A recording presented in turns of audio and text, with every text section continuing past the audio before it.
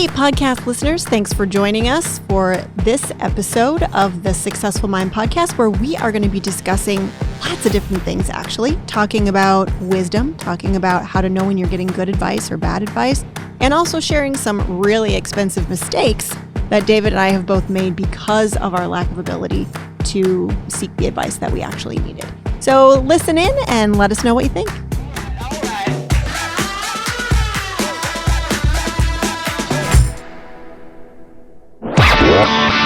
You're listening to the Successful Mind podcast.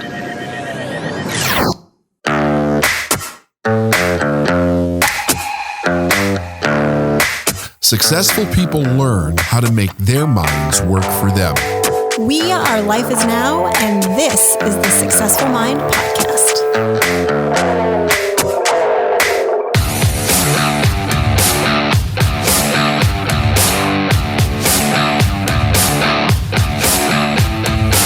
So, Steph, here's an idea. All right. We were talking on one of our morning calls that we do. I was talking about the idea of there's great secrets that are embedded in wisdom that have been kind of lost to modernity, really kind of flushed out over time because we've really cheapened advice as we go through the years, especially with people giving advice that they have no experience with, that they just heard from other people based on how social media works. So when you say cheapened advice, you mean people are giving advice that they've actually never, like people are giving advice that aren't qualified to give that advice. Exactly. Because they haven't demonstrated that they've actually implemented that advice. Is that what we're talking about That's when you exactly say cheapened what we're talking advice? about. Yeah, that's pretty rampant, actually. Yeah. Yeah. It is. So I was thinking about this, and I was thinking about the pain that people experience based on decisions that they make. And it was interesting because we're doing some work with our CEO Solutions program that's coming up soon, and thinking about the problems that people deal with in building a business and the decisions that they make when they make them. And that the idea that, and I don't care whether you're building a business or you're going into a relationship or you have a friendship, whatever it might be, you're actually bringing what you think is right to the table in the moment of the decision. But that doesn't mean that you're right. And very often those decisions cause pain futuristically in our lives. And sometimes at the point where it becomes extraordinarily difficult to turn around the problem that actually caused it, right? So if we think in terms of a marriage, a lot of people get married, they're excited about each other, they think they're in love, they decide to make this commitment for life, and then after they have kids and after they have responsibility and after they start to trudge through what life really is about, they go, oh shit, I think I made a mistake. And now they have to like turn a freight train around. Yeah. Right? And we see it in business with the same way, right? Yes. So they're coming from this place of thinking that they're doing the right thing. I don't think people actually consciously go, I want to blow up my life 5 years from now by making this decision. I think I'm making the decision based on, I think I'm doing the right thing in the moment, and not understanding, or couldn't even comprehend, and forget not understanding. You can't comprehend the long-term consequences of the decision that you're making because you're just coming from whatever background information that you've gotten. And the idea behind it is I think it's twofold. And let me just kind of play this out, see if I can work this out here. Okay. The first part about it would be to understand, to start looking at your life with the understanding that you want to build something. You have a future vision to do something with your life. And admitting to yourself that there's many things that you don't know and you cannot know right now about accomplishing what you want to accomplish, so that you're going to have to be open to new ideas as they come down the pike, and hopefully your problem, your time to make a decision, and the opportunity will all merge at one point where you'll have the ability to really think through the consequence of the decision that you're making. The other thing is this. One of the things that I've noticed that has really been lost to the idea of people that have given advice is this interesting little tidbit.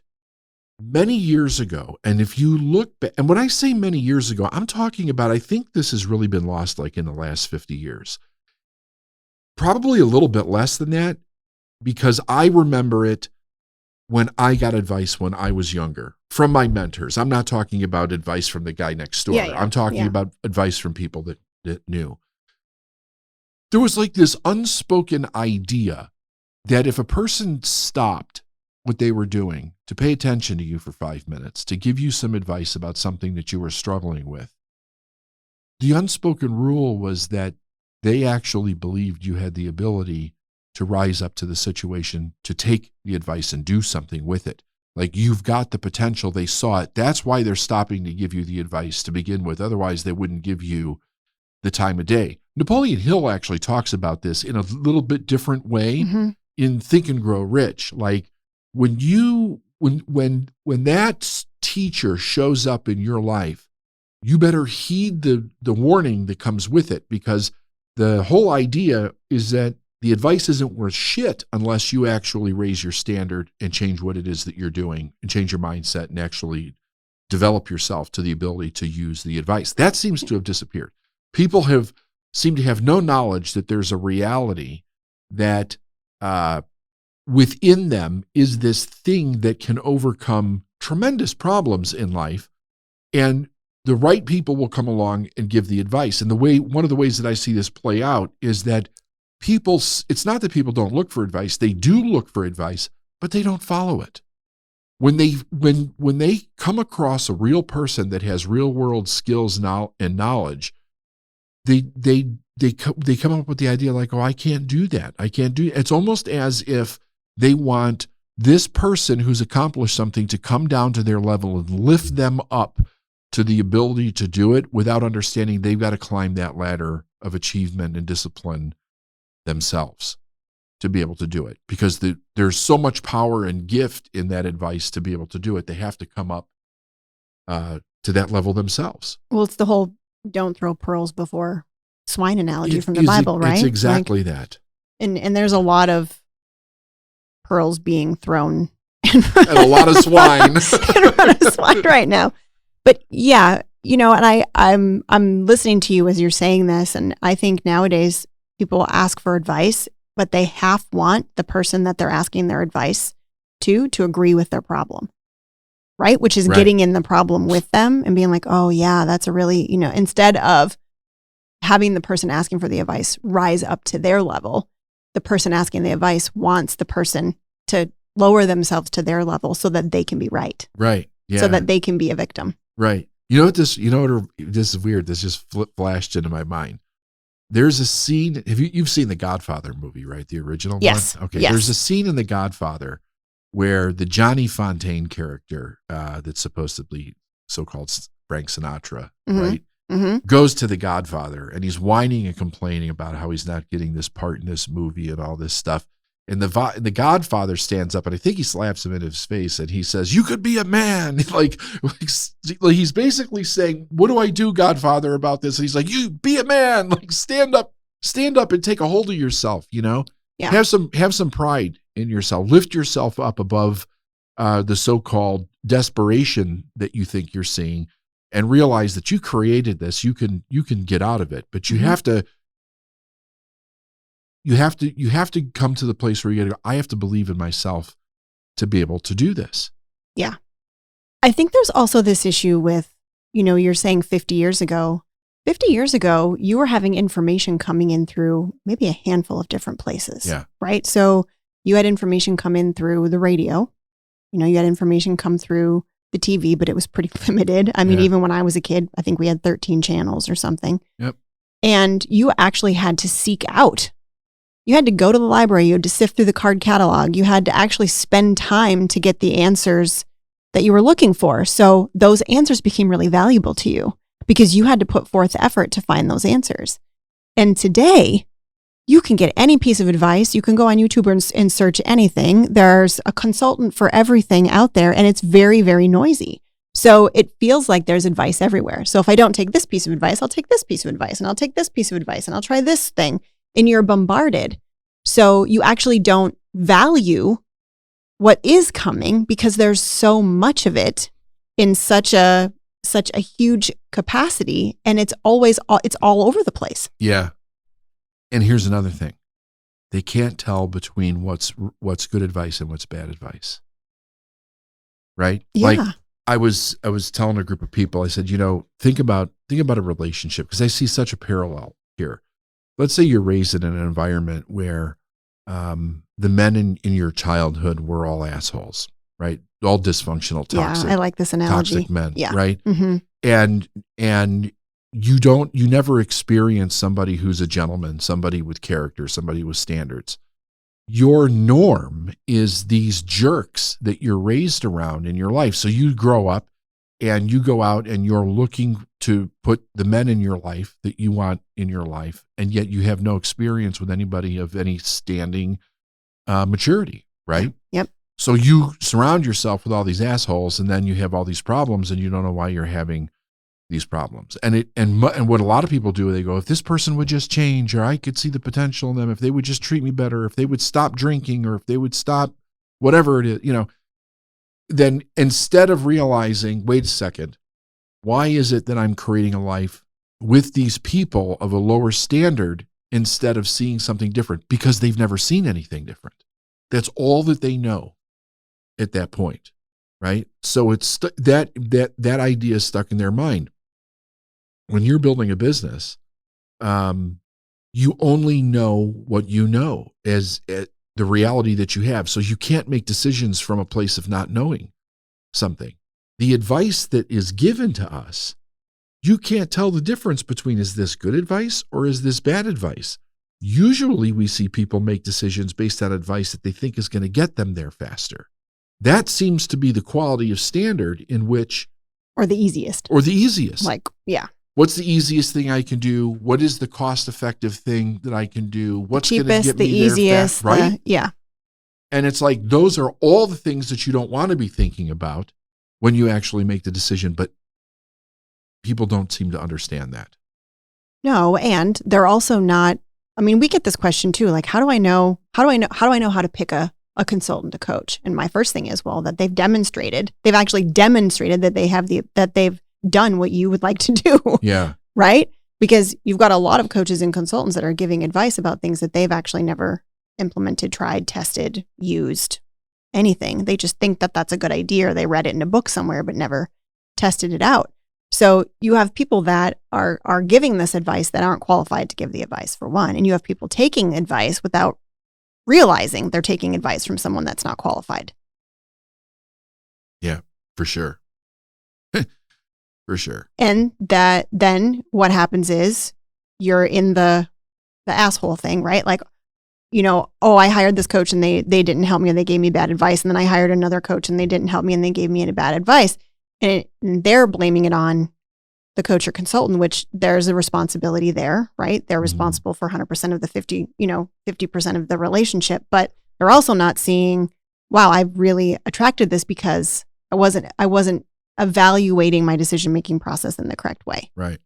I had some experiences as an early entrepreneur where it was obvious that my ignorance in legal was causing a problem in my business, because I had two rather nasty experiences that kind of woke me up to not only the fact that I needed solid legal representation, but I needed to understand where it applied to, and I needed to recognize people that were basically trying to con me, right?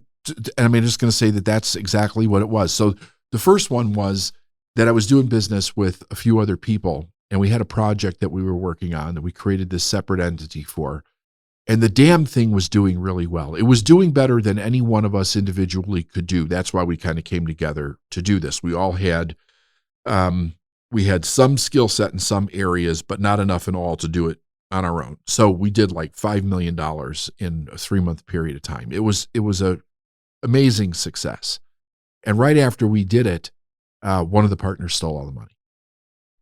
And they stole all the money, and then on top of it, they stole all our marketing list that we had developed for this thing. Now, for my part, That marketing list was 4 years worth of work that I had done. That's worth more than the money you lost. It was worth more than the money that I lost. Now the money I lost created a big problem because I had a huge tax issue at the time because there was a lot of things I was learning at the same time, and I hadn't put tax money aside out of that.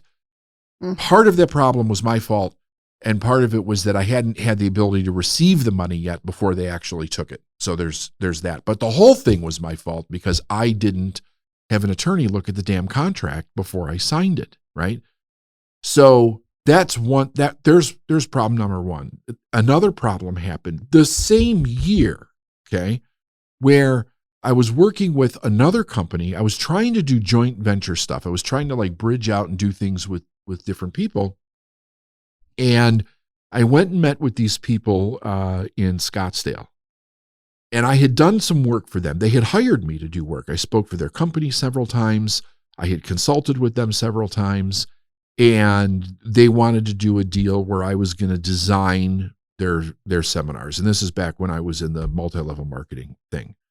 So the deal was I was going to get a percentage of everything that went through, up to 10 million over a period of time. And it was almost kind of like I felt that this was wrong, but I didn't want to appear stupid at the same time within the negotiation. And the guy said to me, I said, well, okay, I said, put down, let's draw this up in a contract. I'll have my attorney look at it. And he's like, we're in self-improvement. Our word is our bond. We don't need contracts. Red flag. Red flag. Well, red flag now. Red flag. Like I would hit myself in the head with a sledgehammer now. But then it was kind of like, oh, maybe this is the next level. Like maybe people at this level don't. And it never occurred to me like, oh, huge businesses, they have contracts for everything. Like it just, my mind spaced out again because I wanted the business so bad. I didn't stand up for what I thought was right because I was afraid that I was going to be ignorant in the mind of these people that supposedly knew more than me. And the truth was they didn't, because they were coming to me for advice. Yeah. So, of course, I created those things. They went and did them, and they never paid me a dime, and I didn't have any recourse because there was nothing to even prove that we had the conversation to begin with. So I learned that there were things that I didn't know based on my ignorance, and I was making very serious decisions, and I didn't know. And I really learned that I could not do that anymore. Like I was playing like an adult game here now. This is not childhood stuff, right?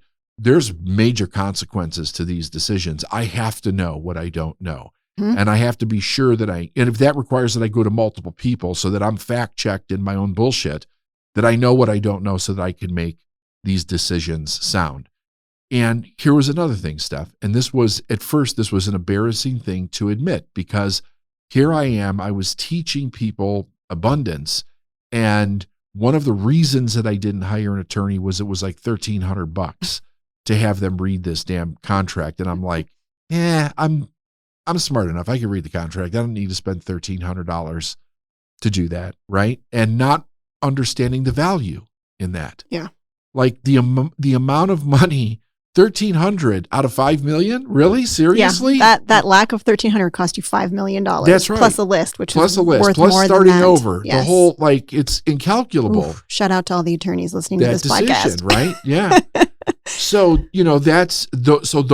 those are young, inexperienced mistakes that, had I been seeking the proper counsel, I would have never made those mistakes, right? If there was somebody to teach me, here are things that you can do that are going to save you years of heartache, because once you make the mistake, now you suffer the consequence and you've got to fix it.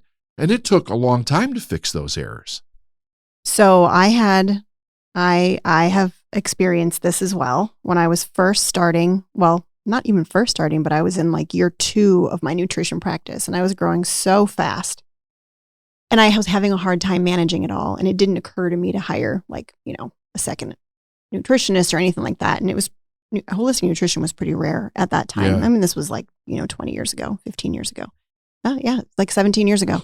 And I decided, and business was going so well, like I was growing. I was just like, ooh, this is amazing. I'm going to take it to the next level, and I'm going to create a software program. I'm going to create a software program that's going to manage all my clients' intake and give them real-time feedback about what they need to change in their eating habits to get the result that they want. And I'm also going to market this to supplement companies because then they can plug in their supplement recommendations and do auto ship directly from this software program. And I don't know if you remember this because I was coaching with you part of the time, like right at the very tail end of this. But I contacted a developer friend. I asked him to create the software program for me. I didn't do any market research. This was new in technologies, and most of my clients were over 45. So they weren't, some of them didn't even have computers at home. There weren't apps on your phone at that time. I didn't contact supplement companies to see if they'd even be interested in the software program, right? So I went in totally blind thinking I could do it all myself and I knew and I was untouchable. And I did not have an agreement. I did not have a contract with my software developer because he was a nice guy, right? Nice guy. He was a nice guy. Yeah. You know, we talked about it. We don't need an agreement. The project was supposed to cost about $20,000. But things kept coming up. Deadlines kept being missed. It was originally supposed to be created within a couple of months. It ended up being drawn out over a year. And then I begin to start pre-selling to supplement companies and find out that they're not really interested. I'm starting to beta test it with my clients and it's not going really well. He continues to tell me he needs more time and this is becoming more complicated, so he needs more money. And the next thing I know, I'm $100,000 in personal debt in this software program, right? And this was not at a time where I had $100,000 that we could just spend on software, and it never got off the ground. There's still a software program called NutriTrainer, which I still love that name. Yeah, floating around in the ether, completely unused and not done. And it cost me, that was $100,000 mistake, all because I didn't ask anyone for advice. I didn't have legal involved. I didn't do any market research. I didn't contact anyone who had developed software, right? Like, and at this point I thought I was pretty coachable. I'd had, JJ Virgin was my first mentor. I was so grateful for all the advice that she gave me. I did everything she told me. You were my second mentor. I did everything you told me. But for some reason, this was like, my ego got the best of me. And what were the assumptions that you were making looking back? Just curious. I think the assumption was if I build it, they will come. Like if I do this, this will allow me to expand. Someone will see the value that I see in it and, purchase it, buy me out, license it, whatever. It could be saleable. And it was the wrong time. It was the wrong software. It was the wrong developer. There was no agreement. Like I made all kinds of assumptions. And I just didn't know what I didn't know, right? I just didn't know what I didn't know. Yeah. And I totally could have asked people in my life for advice. I completely could have contacted an attorney. I could have had a contract written up. I could have contacted the supplement companies because I had ins at all of them and said, hey, if I build this, is this something you're interested in? Do you want to partner with me? Right. And have them come up with some of the, it was just like, and then you get so far into it that you're like, well, I can't stop now because then I'll have wasted this time and money. So I have to keep going when I really should have cut my losses at some point. And that was like, I didn't seek someone else's wisdom on that. And it cost me dearly and I will never forget it. It's a lot of the reason why we really do tests on all the programs that we sell now to make sure that there's a demand for it and there's interest for it before we go into, spending a whole bunch of time and money on creating something that our audience isn't interested in, right? I mean, this new program that we just launched, CEO Solutions, I mean, I think it's a fantastic program. It delivers all the systems and operations and templates you need to install systems into your business. Yeah. But I wasn't going to assume that people were going to love this program. So we did a beta with a group of hand-selected people, got amazing results, and now we're actually really launching it in a wide way because that I can honestly say it. That's probably the biggest lesson I learned from my $100,000 oopsie with the software program is to really, test things before you go all in on creating something. For sure. For sure. I think that I think one of the unconscious assumptions that we make, and I know that this was partially behind mine, was this assuming that everybody has the same values that you do. Like I would never screw anybody over. No. And I would never take advantage of somebody, but the idea that somebody else would, and it would be completely okay with them, never even crossed my mind. That was not something that I had ever really been taught, in my life. So it was just interesting ideas, even from the perspective of how you hire employees or how you actually begin to work with a team. Over and over again, we have heard this idea like, why won't they just do what I tell them to do? I expect them to do this. And you'll say to them, well, have you talked to them about that? Have you asked them to do that? Have you clearly asked them to tell you what they understand to be their job? And they're like, well, no. And it's like, well, how do you expect them to know that? And when they actually when you turn the light on for them and they start to think about it, they're like, I don't know. You could tell it's an assumption, right? They just assume that the person is going to know to do these things, and yet they have not developed a communication skill themselves yet to actually have that conversation with those folks. Yeah. And in CEO Solutions, we teach that, right? We teach how do you actually communicate in a way where everybody's understanding exactly what has to happen, and there's accountability and feedback based on here's the direction that we're actually going. Yeah. There are no assumptions in a well-run company. No. There are no assumptions. It's about clear communication. It's about clear expectations. It's about agreements, and those agreements are agreed upon by both parties. And I mean, assumptions are, they're so painful. They're so painful. I mean, that's assumptions anywhere, right? In a relationship, you assume the other person knows how you feel or knows what you want, and you don't actually ever tell the person how you feel or what you want. And the thing is that it really comes down to just how painful communication is for people. To say what you want, to say what you don't want, to ask for something, to ask for clarity around something, because even if you look in relationships, people will come to us and ask us how they should deal with this problem that they're having with their spouse, and they haven't even had the conversation with them. They're afraid. There's terror in there to have that conversation. And it reminds me of the whole vampire what's the word I'm looking for? Metaphor. In all of the when I was a kid, I loved you mentioned something about the television stations. I have to say this because it's in my mind. Okay. In Chicago, we had 2579, channel 11, which was PBS, 32 and 44. 44 was the Hispanic station at the time, but on Sundays it had wrestling. Oh, nice. But after Saturday morning cartoons came the monster shows. Oh, yeah. Right? I remember. Yes. Yeah. So we would sit down and there was always a vampire, Dracula, or a, werewolf or Wolfman or the Mummy or whatever, the Thing, whatever. And we just loved those. We just loved those shows. But they were all based on basically historical stories that really have an imprint into the psychology, the darker side of psychology within the human being. And what's interesting about this, and I didn't learn this till later, was that they have rules, right? These monsters have rules in many cases, especially vampires. They cannot enter your home without being invited.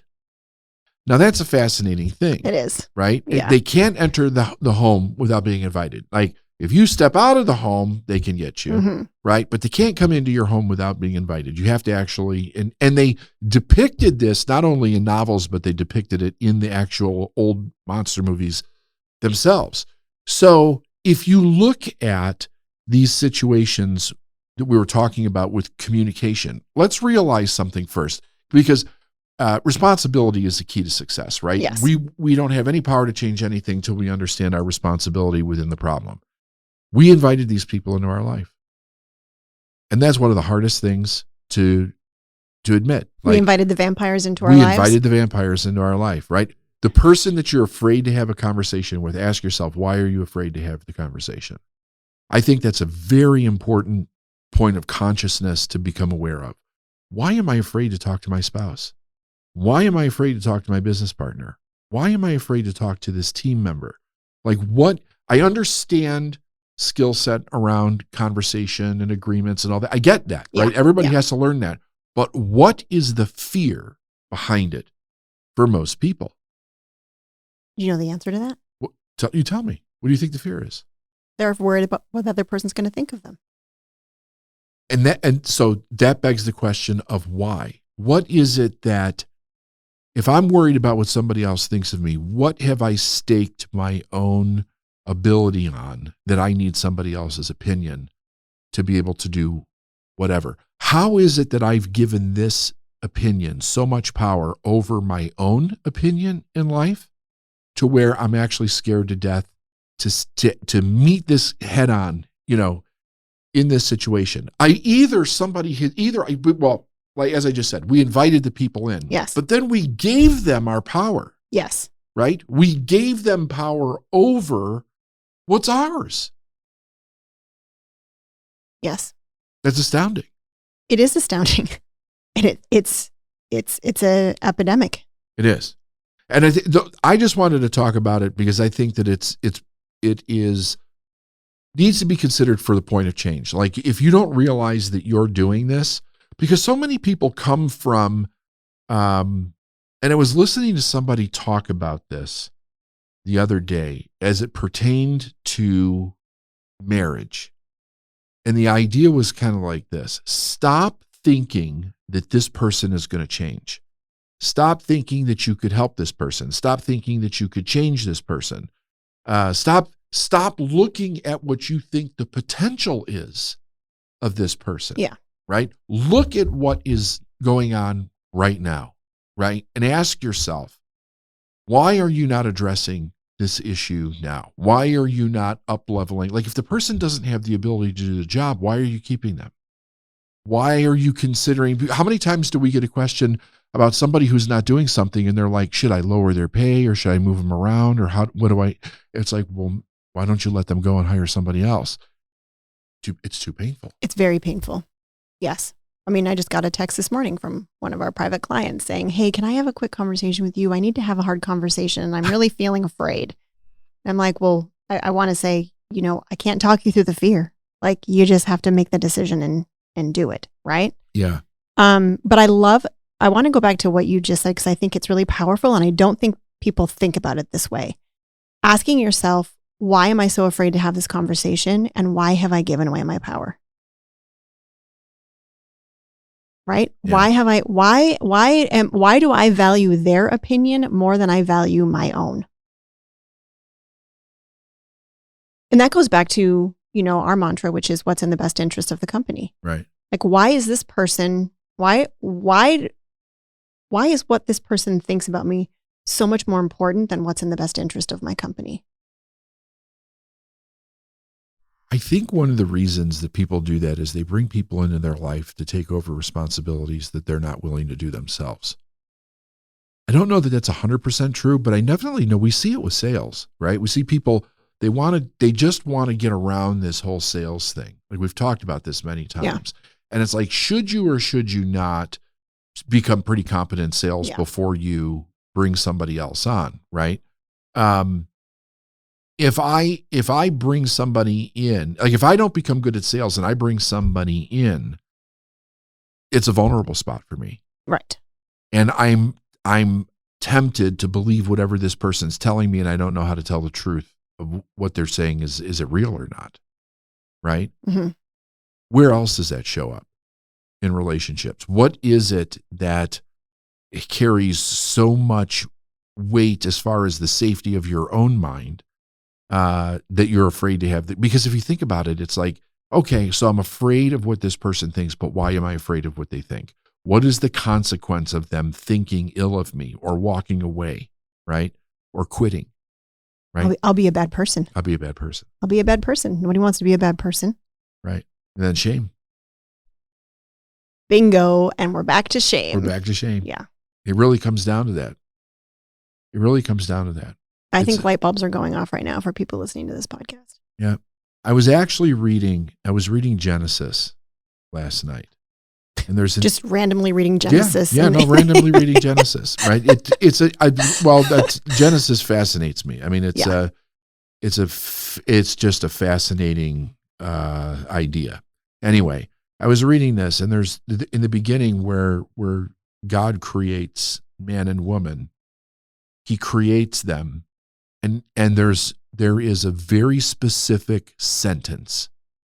And you know how I read things, yes. right? Like there's a reason that yes. this is being stated. Yes. What's the purpose of right. this? Yes. They were naked and not ashamed. It says that, right? They were naked and not ashamed. It's like they're making a statement that this is before they knew shame, right? They were free and they were living in this great place before there was no shame. They did not know it at this point. Yeah. And so much of the work that we've done also helps people understand how much shame actually controls the decision-making process of their life without them even knowing it. It's installed when you're a little kid and it runs rampant in your mind based on experience and how people used it against you. But it's a very powerful detractor from success. This idea of this internal self-shame that everybody's trying to re-regulate or do something with. So I just wanted to point that out because I think that, because basically where does it go from that in Genesis? It goes to the idea that there was a mistake made, right? That they did something that they were told not to do, but then as a result of doing that, they experienced shame. Yes. Right? So here they are, they were given, let me back this up just so people understand this, because I know that it's kind of a hard concept. And I think for a lot of people, sometimes you have to take the religion out of the idea for a moment to really understand this. God gave, according to Genesis now, okay, this is the story. God gave man and woman this freedom and everything that they needed in the Garden of Eden. Everything was perfect and they lived without shame. So, but there were rules. It wasn't that there were no rules, right? There were rules. You could do this, this, and this, but you can't do this. It was the breaking of the rule that caused the shame. Now, if we look at that metaphorically in our own personal life, right? The idea is, when does shame show up for most people? When do we originally become introduced to shame? Because we're not born with shame. We get shamed when we break a rule. Right. Right? At a young age, before we understand who we are, but we're shamed first. So when we're shamed first, that starts to install as part of our identity, who we are as a person. So now I'm actually going around in my life looking to avoid things that are going to shame me. Instead of understanding, how do I build in the direction that I want to go to live the life that I really want? It's almost like making decisions from what you don't have in order to get what you want. Right. Right. I want to save money versus spend money to do this versus spending money to get the right thing done to begin with.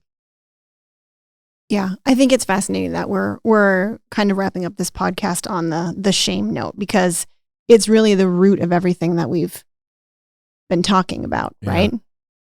It's really an undercurrent of anything. People avoid those conversations because they don't want to feel like a bad person. If they feel like a bad person, they're feeling shame, and that's very painful for a lot of people. And to leave it on a biblical note, Solomon said, where there is no vision, the people will perish. And Solomon was a figure of wisdom, right? In Proverbs or whatever it was.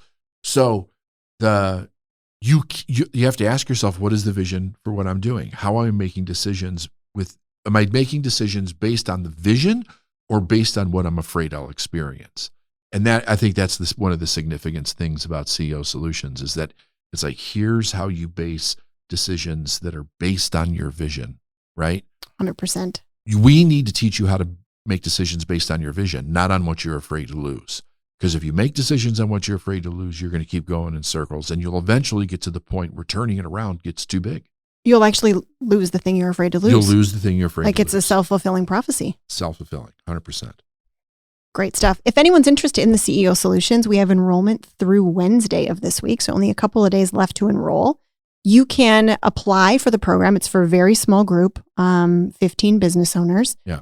And you can apply by going to lifeisnowinc.com/CEO. And as David said, we start the program with vision. So you actually create a 3D world of your vision so that you have a basis for all the decisions that you make. And of course, we assess your team. We help you install systems that we currently use that are all timed and tested and proven that we've done with our team. But if you'd like more information, just go to lifeisnowinc.com/CEO. That is exactly accurate. And we'll make sure and link that below. Thank you for that. Yeah, this is amazing. This is what I love about this show. You can take nuggets of wisdom. You started with wisdom and advice, right? And then you brought in vampires. You brought in Think and Grow Rich. You brought in Genesis, and then you close with Solomon. That's what's so good about the Life is Now brand is you can take something like that, and we got there. Just before we leave, there was one piece. You guys got really deep into the weeds about advice, and I started doing some random Google searches about excellent pieces of advice, like what does it look like? And you guys touched on them probably organically, but one of the things you talked about was you have to know yourself first and foremost. That's like the biggest piece of advice that you should, know when someone's giving you advice, know yourself in depth. You talked about not making assumptions. That's a big one. People make assumptions in it. And then, of course, the persistence that David always talks about. So I'm going to link to this one down below. And I'm also going to link to the CEO Solutions, like you just said, lifeisnowinc.com/CEO Solutions. I had a chance to witness that program in the flesh. Is it /CEO Solutions? /CEO. Okay, so I you did say that witnessed it in the flesh. Were you ashamed or no? I'll tell you what, there were some times when, I could see the people in the room sort of feeling that, and you're able to break them through those pieces of shame. But yeah, I just had to jump in and say, I love the fact, and I'm back here, my whole screen is full of vampire lore and Van Helsing and the Lost Boys right now. I'm totally in the weeds. And Steph brings in the J-Lo effect on top of it. She totally does. Absolutely. So now we're at J-Lo now. So we went from vampires to J-Lo, and here we are. But I love the fact that you bring in, David, more about vampires, because you talked about in our Halloween episode that was your favorite costume to wear as a youngster. Oh, it was. So totally. We can definitely tell where this is coming from. But this is an amazing, it's just fascinating. And I love the fact that you guys are talking about this new program, CEO Solutions, because it's a banger, and it's so very good. So excellent work today. I just had to say, crazy the strains and the threads we go to get to here. But we never know where we're gonna end up when we do these podcasts. Right. It's so good, and I love it. And it's just your brains you're powerful. So I'm very grateful for that. All right.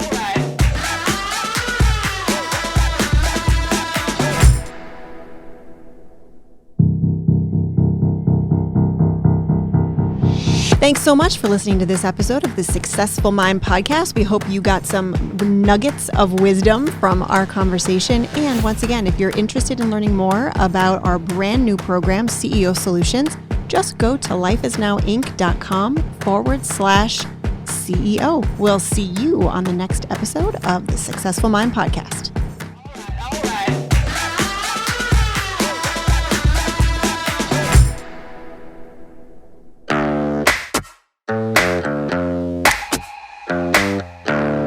Thanks for listening to the Successful Mind podcast. If you like what you've heard and you want to know more, go to lifeisnowinc.com.